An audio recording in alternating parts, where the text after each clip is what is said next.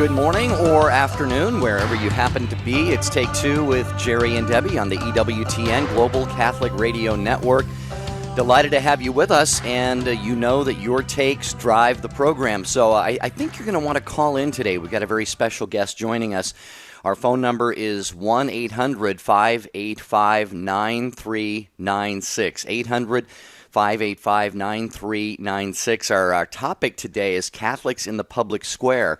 And what that means is, how do we take our faith out into the world, the marketplace, the workplace, and maybe even especially into the voting booth. And Debbie, we've got a special guest today. But this is a topic that really should be really front and center for all of our listeners, I think. Well, and if you based on last night on Facebook and on take2show.com, our listeners have already visited the sites and responded. I mean, this is really on the hearts of so many Catholic Christians on how we are to be in the public forum, how, what is expected of us as Catholic Christians. And today, Jerry, I think this is an all-important topic. So if you want to call in when Jerry introduces our guest, I really believe you're going to want to talk to him. Number to dial is 1-800-585-9396. Yeah, we have Bishop Thomas Olmsted of the Diocese of Phoenix joining us here on the program. He has written a booklet titled Catholics in the Public Square, and we'll tell you where you can find that. In fact, I'll tell you right now, you will find that on the Diocese of Phoenix website. It's diocesephoenix.org. Or if you just do a simple search, Catholics in the Public Square, Bishop Olmsted, that will be, I think for me it was the top hit that came up on the search. So Bishop Olmsted is going to be with us for most of the hour. He's got an appointment, so we'll let him go about a quarter till the hour. But we invite you to call in if you would like to interact with His Excellency, ask him any questions about his booklet, about living your faith publicly, how we are supposed to do that.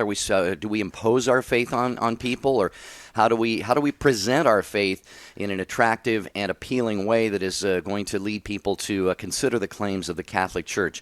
1-800-585-9396. Bishop Olmsted was ordained originally for the Diocese of Lincoln, Nebraska, and he is now the bishop of the Diocese of Phoenix. Has served in many, many capacities with the United States Conference of Catholic Bishops. And Your Excellency, it is just a great joy for Debbie and me to have you on the program today. How are you? I'm very fine, Jerry. Good to be with you and Debbie. Thank you very much. So, thank you. Again, dear listeners, your takes. What are your takes on how we live out our faith publicly as Catholics? Or maybe you have a question for Bishop Olmsted. 1-800-585-9396. And Debbie, I know it's a special joy for you to have your bishop on with us today. Oh, absolutely. I mean, Bishop, I don't want to embarrass you in front of the whole world, but, you're just an amazing shepherd for us in the Diocese of Phoenix, and you've taught us so much. I always call you a catechetical bishop because you're always, forming us and instructing us and giving us little, pearls of teachings and truths that we can grow our faith with. I remember when you wrote this original booklet in 2006, the first edition. Now it's on a third edition. I know it's in English and in Spanish as well. And I remember I filled my office with the books because I wanted to give them out to every parent and every adult formation attendee, and it was just amazing. And now even today, this book is still just is so relevant, and it's much needed, and I think it clears up so many misunderstandings of what we are to be as Catholic Christians. But I have to ask you real quickly, and the phone lines are starting to fill up. That's a good sign. 1-800-585-9396 is the number to dial to speak to Bishop Olmsted of the Diocese of Phoenix. And Bishop, I want to just ask you, what prompted you to write this booklet? Well, I think it was conversations with others about just simple teachings of the Church, really. I just wanted to remind people that as Catholics, we take very seriously our living our faith, worshiping God. We also take seriously the fact that we're citizens, that we are called to take our responsible place within society. And so I just wanted to give a very simple, I would hope as clear as possible, guideline of what it means to be a Catholic and to engage the culture, and to do that in a thoughtful, prayerful, and well-informed way. Well, Your Excellency, in the booklet, you don't just start off with examples of living our faith publicly and trying to have an impact, but you lay a foundation for that, first of all, by addressing a number of different terms. So if we can just start off kind of in the beginning of the booklet, what are you trying to convey to people at the start there? Well, first of all, to try to clarify the fact of what a layperson is, how they're different from a priest. Priests are not allowed to be elected to public office to do administrative work within society, but lay people not only are allowed, they're encouraged to be very much involved. So that was just a simple distinction, but a very important one, I think, for people to understand. And then just to kind of get a sense that if you're baptized, then you receive from God the grace and also the call to have an influence on others, not in order to, in any way, to limit their freedom, but to help them have even greater freedom by being better informed, to know the issues, and also to know how our faith helps inform us to act responsibly and to have an impact in society as the Lord's calling us to have. Bishop, I want to ask you this because just to kind of get to the kind of the heart of what a lot of people are saying right now about how we are to respond, especially with elections coming up and all sorts of things happening in our world. I hear this all the time, Bishop, and I would really love for you to maybe clarify it for all of us and confirm certain elements of it, but also explain other areas of it so that we don't have this misunderstanding. I'll go to events all the time, and people will walk up to me and they'll comment about a political issue or a politician or something, and they'll say, well, it's the lesser of two evils. And it always concerns me, that statement, because I'm thinking, are we compromising? Are we rationalizing? Are we trying to? And I noticed you addressed it in the book, and I love the way the book's laid out. It's questions and answers, and it's really helpful. It's a useful tool. But can you maybe impart some, just understanding? Why do we feel like we can do that? We can kind of settle that way. Well, sometimes we can use those words, it's the lesser of two evils, to do nothing, or to make it seem as if all the issues are equal. But in fact, they're not all equal. There are things that we all should be engaged in, but we can have differences of point of view, even as Catholics. Like, what's the best way to address some of the complex problems having to do with the poor, with immigration, that sort of thing. And those are based on solid principles, moral principles that are there, but there's room for different kind of practical judgments about how that implies. There are other actions which are intrinsically evil. They are always wrong. They could never be something that could be justified, such as the taking of an innocent life. As we see these horrible videos that have come to light, thank goodness they've come to light, because they're just telling us the truth that's been happening for years by Planned Parenthood. But that's intrinsically evil, and so there's never a time when that could ever be justified in any way whatsoever. So what I think is helpful to see is what are the things that are always going to be wrong, and what are others in which we bring to bear different principles, but you need to use practical judgment about what's the greater impact that can have here by our vote or by our voice or by our actually exercising some kind of role in society. Bishop Thomas Olmsted with us here on Take Two with Jerry and Debbie. We want your takes, your calls, your comments, your questions. Catholics in the Public Square. We're members of society. We are participants in our culture. We all go to work. We all go to the store. We all go into the voting booth, hopefully. And there are many, many ways that we manifest our faith publicly. Maybe you've got a question, or perhaps you have found a way to take your faith and effectively implement it in your daily life, whatever that happens to be, into every aspect of your life. We want to hear from you as we get set to go to break here on Take Two with Jerry and Debbie. Our phone number, 1-800-585-9396.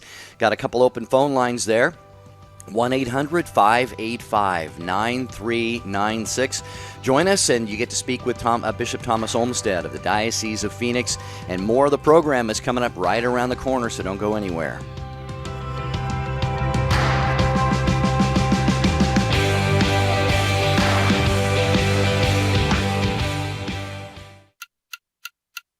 60 Seconds with Mother Angelica. We have to think the way God thinks. See? If I hate my brother, that's not how God thinks. If you lie or cheat, it's not how God is. If you have a hot temper, if you're proud, arrogant, if you find it hard to forgive and forget, it's not like God. What does that mean? It means you're not acting like God. You know, it's foolish to think that you're going to die and pop, boom, right into heaven when you hate half the people there. You know, you still hate your mother-in-law. You still hate, may she rest in peace, but you hope she doesn't. All these people you don't even like. The people you know and trust are on EWTN.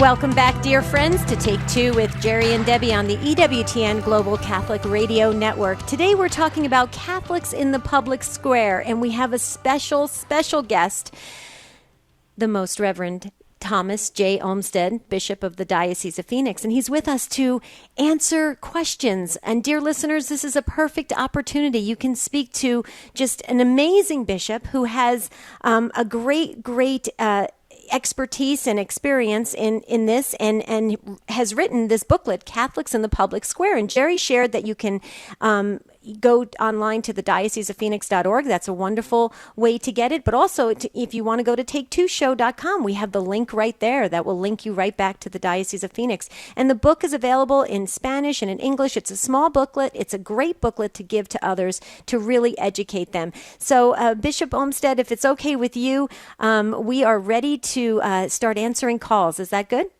That would be fine. Okay, great. Well, we're going to go right to Maddie in Eugene, Oregon. Maddie, welcome to Take Two with Jerry and Debbie and Bishop Olmsted. Hi. Hi, Maddie. Hi, Maddie. So you were talking about how choosing the lesser of two evils is still choosing evil. Well, here's my question.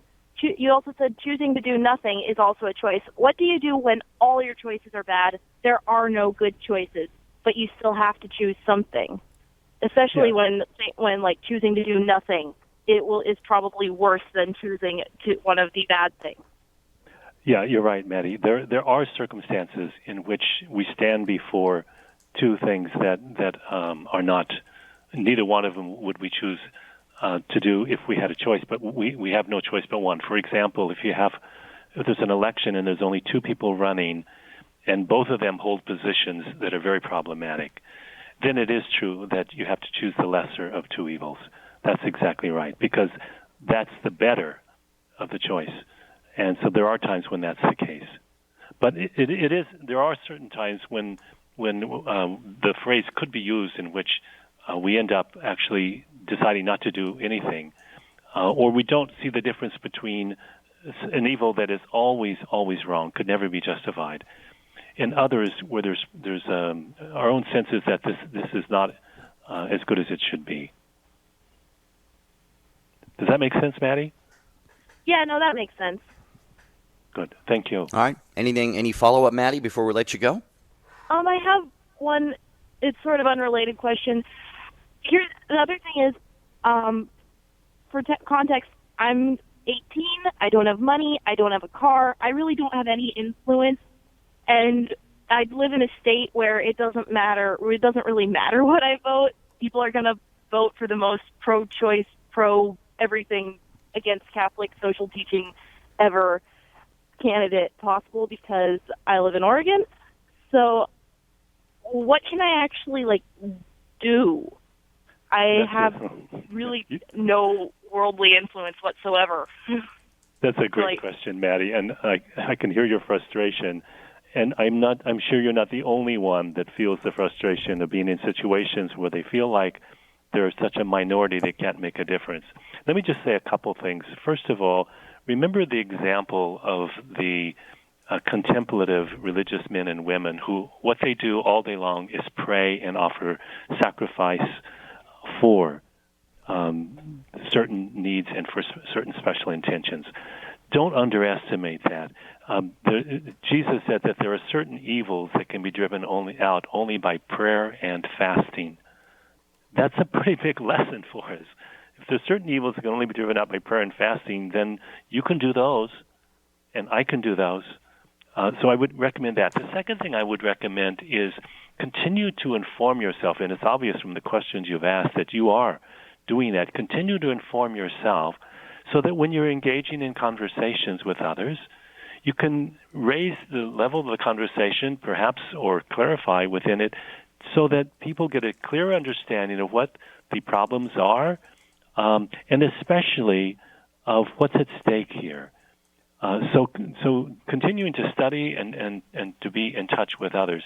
We never know how many people we can touch, but even if one or two people come to a different sense, we're building a culture of life and a culture of respect there, and that's not a small contribution. All right, Maddie? Oh, excuse me. All right. Well, Yeah, that's all I had. Thank you. Okay, thank you. I tell you what, Deb, that really, I hate to use phrases like this, the future of the church, because, that kind of implies that, those of us that are a little bit older, aren't holding down the fort. We're trying. But, boy, Your Excellency, 18 years old, and you can hear in her voice, Bishop Olmsted, that is actually someone who can make a huge difference, especially just by trying to maybe influence her circle of friends, her schoolmates, and things like that. Yeah, I totally agree. I'm impressed by the clarity of her questions, which shows that she's seriously thinking about these issues and wants to make a difference. And I have no doubt God is working through her and will continue to do so. And, oftentimes the impact we have will only be known years later. But if we're trying to do what we can now, the Lord never lets that go without bearing some fruit. Right.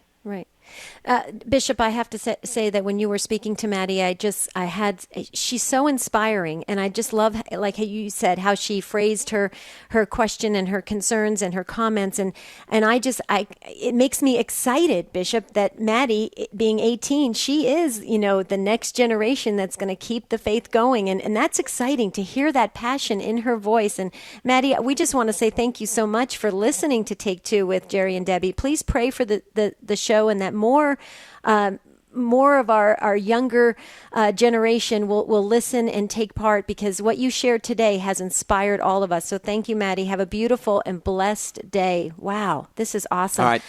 Indeed. Yeah. Phone number 1-800-585-9396, talking about exercising and living our faith in the public square, not hiding it. Don't check it at the door.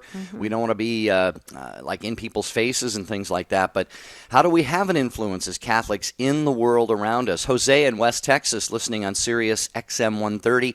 Jose, you've got a take for us. How are you today? I'm doing just fine. How are you doing?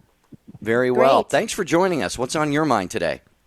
Like I was speaking to the call screener, my wife and I, we homeschool. We do a Catholic curriculum. One of the deals as we were going through Catholic schools, you tend to see a lot of our Catholic schools not so Catholic. And how is the church, adapting to that, especially how we see, the secular society really trying to get into the teachings of the church? Well, Jose, that's a good question, and what I hear from you is I hear a father and a husband who really cares about his kids and about the future and about education. So I really agree with that. What to do about schools that are not so Catholic? First of all, I think we need to humbly be aware that none of us live perfect lives. So even homeschools, there's no perfect homeschool. We try to do the best we can. And in terms of schools that are not so Catholic, we have to work to make them even better. And that means that we engage those who are responsible in our schools, encouraging them for the good work that they do. And when we see things that seem questionable to us, that in as reasonable a way as possible, but as persuasive as possible, we point out what we think the difficulty is, and then through that serious engagement and conversation, try to in some small way, and perhaps into even greater way, after that, have a greater impact on improving the school. There's no institution, no school, and no person except the Blessed Virgin Mary who couldn't improve, who couldn't be bettered. And we ourselves grow, and we help others grow by prayer and by real honest discussions about difficult issues. Is that helpful, Does that make Jose? sense, Jose? All right, thank you. You're All welcome. right, thank God you bless for the program. 1-800-585-9396. It's Take Two with Jerry and Debbie. We have Bishop Thomas Olmsted of the Diocese of Phoenix on the program with us. Again, 1-800-585-9396. Your Excellency, I thought of a question, as Jose and our other callers have been talking, and that is, it seems like the culture, the world, the media, they're just sort of beating Catholics down nowadays. And a lot of people are even just afraid to even let it be known that they're Catholic, let alone, try and maybe share their faith or live it sort of out loud. Do you see that phenomenon perhaps happening in the world today? Sure. I suppose it's always been there to some degree. The secularized society, in many ways, doesn't like moral principles that they don't agree with. There were sometimes things that have become rather popular in society that are just not right. And so it is true that those of us who really try to live our faith well and who are willing to stand up for what's right and wrong, that we get some pretty strong opposition to that. I think that's a good sign of that God really wants us engaged. And how does the Lord work in our society? I mean, He obviously works through His Holy Spirit, but He works through the likes of you and me, which is amazing. But He does. He can, and He desires us to embrace our vocation, and that includes, especially in the public square, being concerned about things like human dignity, about the common good, things that really touch upon every single human person.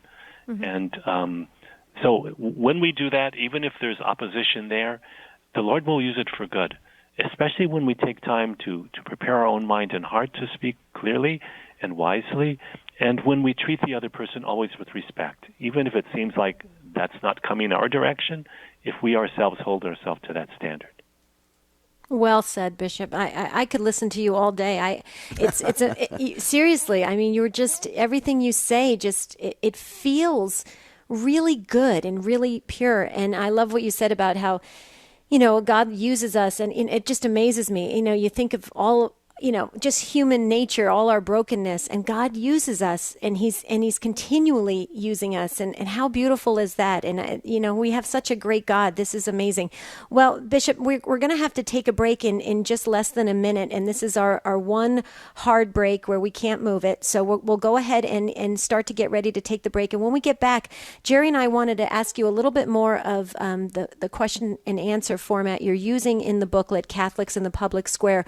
But we'd like to invite our listeners to please call in. Bishop Olmsted is staying with us for pretty much most of the show, and this is an awesome opportunity to ask him anything about the faith and about, we're coming up on all these elections and all these different political correct, different venues that's happening, and we've really got to get our act together as Catholic Christians. Well, you have a perfect bishop to ask questions. Join us at 1-800-585-9396. That's the number to dial to be on Take Two with Jerry and Debbie. But we're going to be right back with Bishop Olmsted. Stay tuned.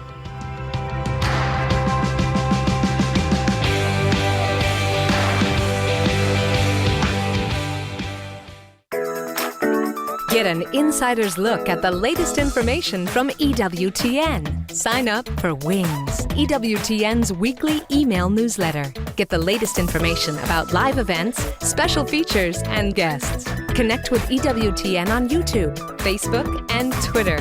Just go to EWTN.com and click on the Wings link to sign up. Don't miss a minute of all that's happening at EWTN. Get your wings today. I kind of blamed the Catholic Church why I didn't get it before, but I was so wrong. I've come to realize that it was through the 12 years of Catholic education that I recognized God when he came into my life. And I want to really encourage EWTN, that you guys make a lot of sense. EWTN's listener comment line. It's open now. Call 205-795-5773. Hi, I'm Kathy Sinnott, and I'm host of EWTN's Celtic Connections. From our studios in Ireland, we take a Catholic look at the big stories breaking in Great Britain, in Ireland, and across Europe. Celtic Connections is the only Catholic news show made in the UK or Ireland. So join me every Saturday and Sunday on Celtic Connections. For dates and times in your area, log on to EWTN.com. Think of all the media our young people are exposed to today. MTV, movies, what passes for entertainment on TV, song lyrics that are questionable or worse. Where do they hear the message that it's okay to be chaste and modest, or that it's not crazy to practice their faith, or to believe in a God who loves them and can forgive them no matter what they do? Catholic Radio is the answer. Be sure to tell your friends and relatives about the positive programming that you hear here on Catholic Radio.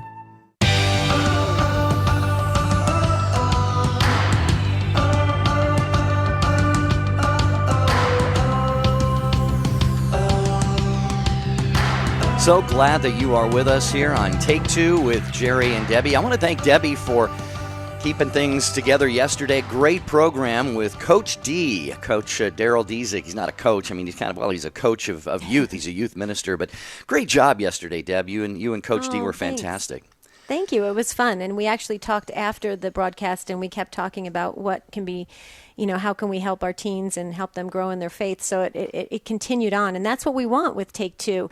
We want the conversation to continue even past the show. But today we're talking about Catholics in the public square and Bishop Olmsted's book, his great resource. It's in Spanish and English. You could go to diocesephoenix.org, or you can go to take2show.com, and you can actually preview the book. And it's an amazing tool for us to have, especially with all the elections coming up and stuff like that. But Bishop, before the break, I kind of alluded to what I was trying to say about this political correctness. I wanted to ask you, I've always wanted to ask you this actually, how can we as Catholic Christians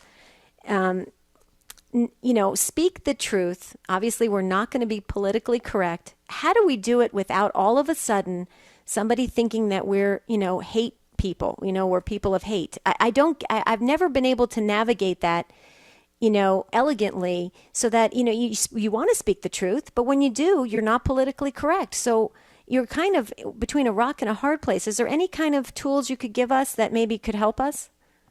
Well, I think one of the things to remember is something I learned in the first week I was taking a course on logic, and it was about argumentation. There's different kinds of arguments, and one kind of argument is called ad hominem, which means rather than attack the substance of the question at hand, you attack the person.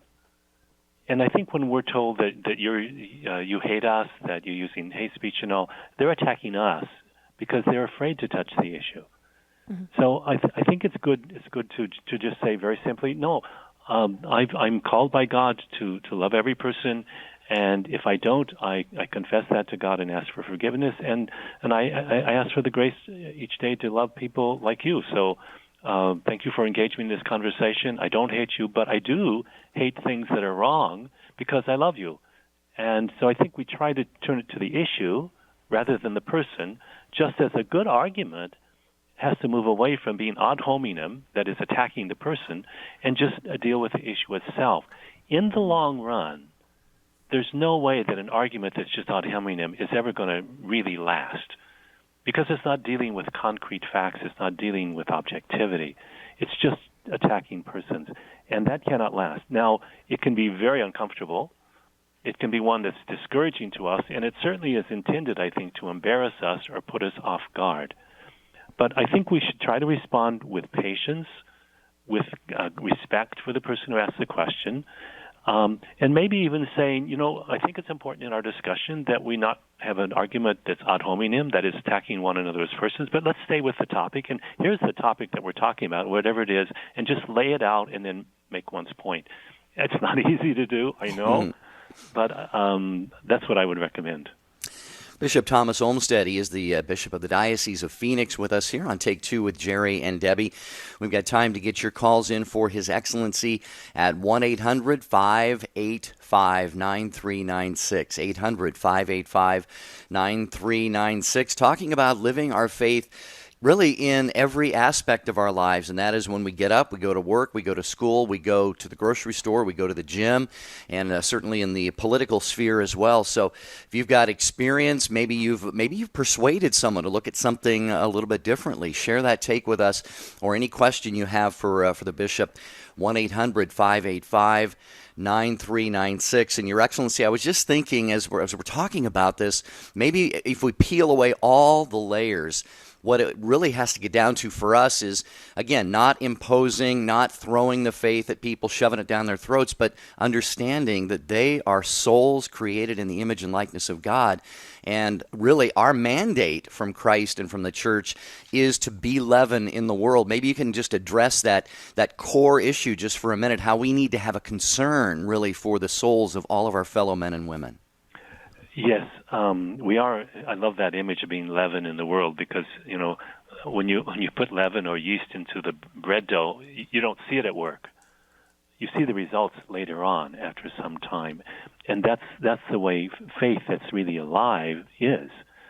It's not usually seen. In fact, I think the people of great integrity, most of the people that they really love greatly don't see the many acts of kindness and love and sacrifice they make for the sake of that person. So I very much agree with that. Our own integrity of our life has to underlie whatever we do in any dimension of our life. The other thing about whether we impose things, I think what we need to continue to say is, no, it would be very unkind to me, and I certainly don't want to impose my point of view, but I do want to propose it. I want to let you know what I'm thinking because society, and especially a democracy, depends on every person in that society voicing what they are really convinced is true. And if you're a person of faith, that impacts on what you believe. We believe in the dignity of every human person. That has a great impact in society. We believe that we are social beings and therefore we should be concerned about the common good. That has a great impact in society. So faith helps us to engage in that public square. And that's not imposing, but it is proposing because we want to contribute, and we want everyone else to also contribute to the best of their ability. Well said, Bishop. Well said. And that leads us right into Melissa in Denver, Colorado, listening on Denver Catholic Radio, who's been waiting patiently. Hi, Melissa. Welcome to Take Two with Jerry and Debbie and Bishop Olmsted. Hi. I'm really so glad this is on because I just had a conversation with my mother. And I've had conversations with my mother-in-law, 80 and 85 years of age, so they're a little bit older and lived in a different time, but they are so upset with the Catholic Church's stand towards illegals, and that impacts how they vote very much, and I don't know how to address the issue with them with clarity. And I think they do appreciate the dignity of the human person. They understand that argument, but then they always argue about states' rights, and I understand that argument too. So I would love to know a way to address this. Thank you, Melissa. You're touching on a very complex issue. And it's not an issue that's only difficult in our day and age, although it certainly is very difficult right now. But it's not only in our day and age. I mean, our whole nation, except for our native peoples, is a nation of immigrants. And even from what we hear from historians, our native peoples here are immigrants from Asia. So you might say that the world is populated by immigrants, and we move from place to place. So I think that's one of the things to remember. I mean, when you ask an American, what's your nationality, what we're talking about, where they immigrated from. So it's a real common thing. So I think it's helpful to put it in that larger context. In our diocese here of Phoenix, 45% of our priests were born in another country. Thank God for immigration. Thank God for them coming here. And most of our people in Arizona came from other states and a number from other countries. So living with people who are immigrants or refugees is part of human history. The thing you mentioned there is exactly right. The most important thing is to keep in mind human dignity. And in doing that, it's helpful to keep in mind faces. And which the Catholic Church always, when it thinks about immigrants, it puts into the picture right away families, because you're dealing with an issue that often puts a strain on families, because often not the whole family is able to come at the same time. So maybe the one who can get a job there comes first, and that's very hard on a family. And then if you have members of a family, some of whom are here legally and others who are not, then you run into grave difficulties of separating the family, dividing the family, and sometimes bringing really an end to the whole family if the immigration system doesn't work in a compassionate way. But it's a very complex issue to deal with. So those would be just some of my initial ideas, Melissa. Does that throw a little bit of light on it? Well, that's exactly what I've talked to them about, but then they always will come back, and I don't know if it's because, like, my 85-year-old mother-in-law was raised in the post-depression era. I don't know, but the biggest argument is always, well, they come and then they mooch off the system, and that is not what they're supposed to do, and that's what frustrates them most. And my mother-in-law was not a wealthy person, and I guess she gets frustrated with that, is that she says the Catholic Church allows them to break the law and then allows them to live off the system. And they get angry with the church for that. And I kind of try to argue what you said. I would say, first of all, the Catholic Church doesn't run the immigration system. The government does. The federal government does. What the Catholic Church tries to do is propose things that in legislation would make the system run better, that would make it, we think, more in tune with human dignity, and also that would be especially protective of human families. The other thing is that many families, you have persons within it who are legal and those that are not legal, and a lot of the ones that are not legal are ones that came here, their parents brought them when they were 2 or 3 years of age, and now maybe they're in their 20s.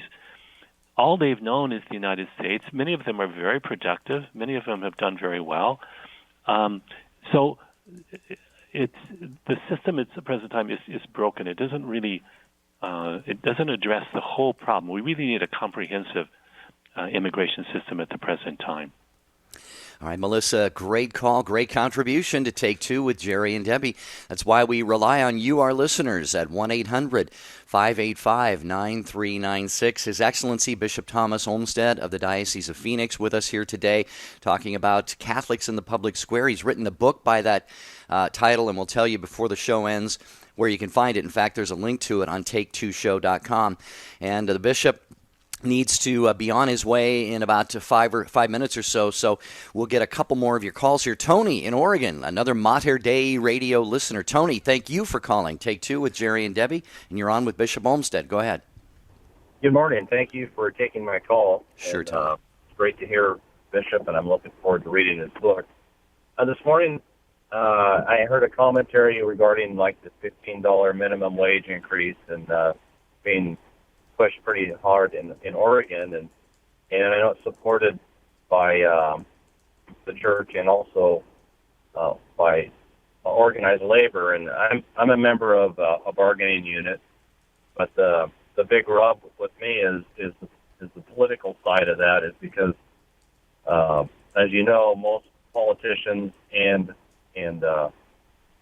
the members of the leadership of bargaining units are very anti-Catholic in most cases, and support very liberal agendas. And so I'm kind of I'm a little torn between,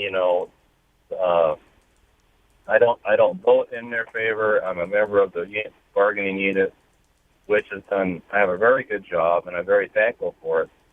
And I understand that the church's position on it, but it's kind of a catch-22. You know, I can't support their political viewpoints, but then the church looks at that the minimum wage increase as, you know, it's better, the betterment of the working class.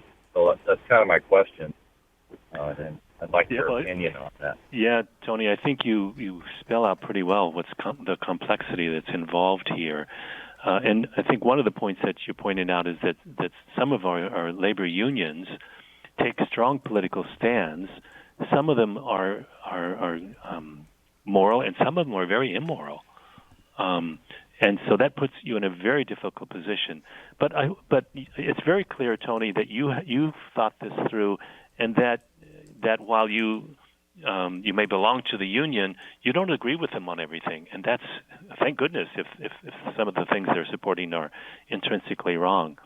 And it's not uncommon in our society that when we deal with certain issues, that there are persons that with one issue, we can totally agree with them, and we can work together for that particular issue. And at the same time, they have diametrically opposed thoughts on another issue. I think in a democracy, we have to be ready to deal with that kind of thing. Now, when you're dealing about voting for people for office, there are certain ones where I think we need to keep in mind that there are certain issues, if they're supported and they're intrinsically evil, that we should be very cautious about voting for that person, because that's a really you can never justify engaging in that. But it is our world is messy, and trying to have political solutions to that is messy. And I would imagine that I mean, it sounds like what the church is probably doing there. I don't know the statement there in Oregon that the bishops put out on minimum wage, but I would imagine it has to do with a concern for those who are poor, and for their dignity and being sure they don't fall through the cracks. Tony, I hope that helps today. Thank you so much for your contribution to Take Two with Jerry and Debbie, and you have a beautiful and blessed rest of the day. Bishop, I know you've got to go because you have another appointment and you have a very busy, packed schedule, but before you leave, we've got a quick call coming in from Judy in Lubbock, Texas on Our Lady of Victory Radio. So, Judy, welcome to Take Two with Jerry and Debbie and our guest, Bishop Olmsted. Hi, Judy. Hi. Hi, can you hear us? You got to be brief because Bishop has a busy schedule, and we wanted to get you in so you can ask your question.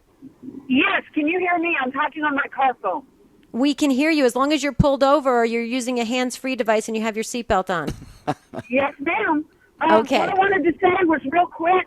I used to feel it's about the lady who called and didn't know how to talk to her mother-in-law and mother about illegals and immigration. I felt the same way her mother and mother-in-law did for many years. Then I went and took midwife training and was able to deliver about 4 babies down in El Paso, Texas, mostly to illegal young women who were coming over the border to have their babies. And I fell in love with these women. I fell in love with their family values, their work ethic, their love for their children, their love for their families. And the Lord showed me that many of these immigrants are going to cause many of us Americans to turn back to our true values and our true faith. Thanks. That's all I have. Thanks, Judy. Your Excellency, we know you got to go. If you want to comment quickly on that, please do. Yeah, Judy, thank you very much. You put a face on this complex issue, and a face that's a very important one, mothers and their little children. So many of our immigrants come here because they're in very dire straits. Many of them actually, I think, have a right to be in the category of refugees, where they would be accepted much more easily. So thank you for doing that, because unless we think of every person as loved by God, we can forget how complex this issue is. So that was a great contribution. Thank you, Judy. Thanks, Judy, so much for calling Take Two with Jerry and Debbie. Your Excellency, we stole 2 extra minutes from you. Apologies for that, but would you give us and our listeners your Episcopal blessing before you get on to the rest of your day, please? Yes, be happy to do that. May Almighty God bless you, Debbie and Jerry and all of our listeners, and continue to fill us with the grace to serve the Lord joyfully, faithfully, and happily. God bless you, Father, Son, and Holy Spirit. Amen. Thank you, Your Excellency. We really appreciate all that you do. Thank you for your prayers and support of the program. It's much appreciated. You're very welcome. Keep up the very good work. Thank you, Thank Bishop. you very much. Well, there you go, Deb. Folks, Debbie talks so highly of Bishop Olmsted all the time, and I think now you see why. And I know he doesn't, Debbie. He doesn't want any attention or words of praise. But when we have our leaders like this, Debbie, who really, they wrap their minds around these issues and really provide guidance for us, as he has done in his booklet, Catholics in the Public Square. It's just such a great help for those of us sheep who are out here. I couldn't agree more, Jerry, and that's why I was saying it's a third edition, and it's so relevant today. And if you go to take2show.com, you can actually preview the booklet, and if you want to order it in English or Spanish, you can have it. I would suggest, I think is vitally important in this day and age that we get a bunch of the books and hand them out to our friends and family members, and then, we really don't have to say a lot of words. I mean, Bishop Olmsted did a great job for us, and I think it works to really help people to understand what our role is in the public forum.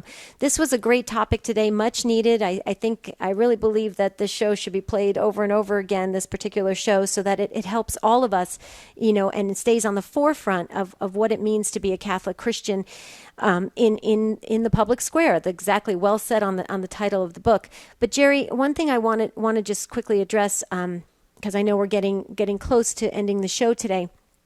Our listeners on EWTN, you guys care.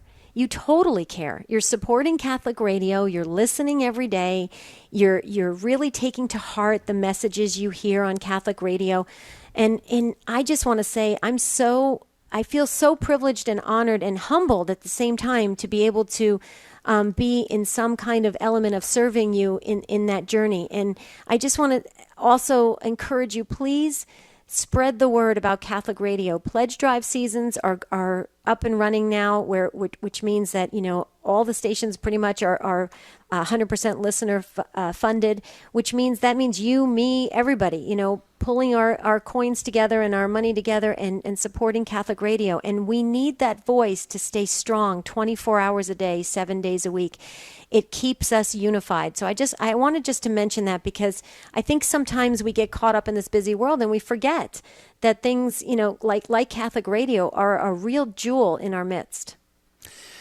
That's a great point, Debbie. And as many of our listeners know, for many, many years, I have been hosting pledge drives, and Debbie does the same, with me and my company, Third Millennium Media. And as we travel, we get to meet so many of you, and we just see the passion and the just the love that you have for your Catholic radio stations. And so thanks for your support. I was in Iowa earlier this week and visiting with many, many people who have helped to start Iowa Catholic Radio and have funded it and pray for it and so forth. And I can just see how much you really rely on this radio voice that you're listening to right now. And Debbie, when you think about taking our faith into the public square, I mean, my goodness, what can do that better and more accessibly and more portably than Catholic radio? Yeah, I agree. I absolutely agree. And it's so invaluable. And Jerry, here's the really cool thing about Catholic radio. You mentioned this just when you were speaking just a second ago. You said about we meet all, people that listen and, you hear their stories. Jerry, I mean, could you even count how many conversion stories you have heard because of Catholic radio? I can't even count. There's no way to count them. How many? I mean, really, if you had to kind of put a number to it, would you say thousands? Yeah, absolutely. Yeah, it's just it's really quite an amazing. It's just such a gift from God, really, right now. And I think, as I mentioned to a Legatus group in Des Moines when I spoke there, that I think God is raising up Catholic radio, as I think it's the Book of Esther has that phrase, for such a time as this. And so those of you who are listening, keep listening and keep supporting it, Deb, because it's so very, very important. Amen to that. Well, my takeaway today is I love Catholics in the Public Square, a booklet written by Bishop Olmsted. And I also, in hearing him speak, I just realized how precious it is, our priesthood. And so I do pray for the priests every day and the religious and brothers and sisters. And I just want to continue and ask all of our listeners to ramp the prayers up because, obviously Satan doesn't love when good things are being expressed by our priests. And so the attacks come to them. And so we have to pray that they are guarded. And St. Michael, pray the St. Michael prayer. I can't stress that enough. Your takeaway, Jerry? Yeah, my takeaway is that, we all need to just kind of be more prayerful about how we live out our faith, outside the walls of our homes. I think that's so important. We, as I mentioned, I brought up with the bishop, we sometimes feel kind of beat down by the culture and the world around us and, in a way kind of silenced. But I know in the book of Acts, I think it's Acts chapter 18, Jesus or, somebody is receiving a voice from heaven. It says, "Speak out and refuse to be silent." And so we need to do that in a loving and charitable way. So that would be my takeaway for the program. And by the way, listeners, go to take2show.com. You will find a link to Bishop Olmsted's booklet, Catholics in the Public Square. And you'll also find a little picture that Debbie posted there, right, Deb? Yes, a picture of you and me and Bishop Olmsted at Mount Claret Retreat Center. And it's just a beautiful picture. It was a beautiful evening, and Bishop's been praying for Take Two show every day. And I think his prayers are working because the Holy Spirit is definitely moving in the hearts and minds and souls of our listeners. So this has been a great show, Jerry. I so enjoyed it. More great stuff in Catholic radio, though. I just saw a post come up that says, starting in September, Call to Communion goes 5 days a week. And that wonderful show helps bring non-Catholics to the church. I mean, how cool is that? 5 days a week, Jerry. It doesn't get any better than this. No, and coming up on Take Two with Jerry and Debbie, upcoming shows, Finding God in Nature. We're going to talk about that and how some people kind of misunderstand that sometimes. Do you give enough? Money. We're going to talk about tithing and stewardship.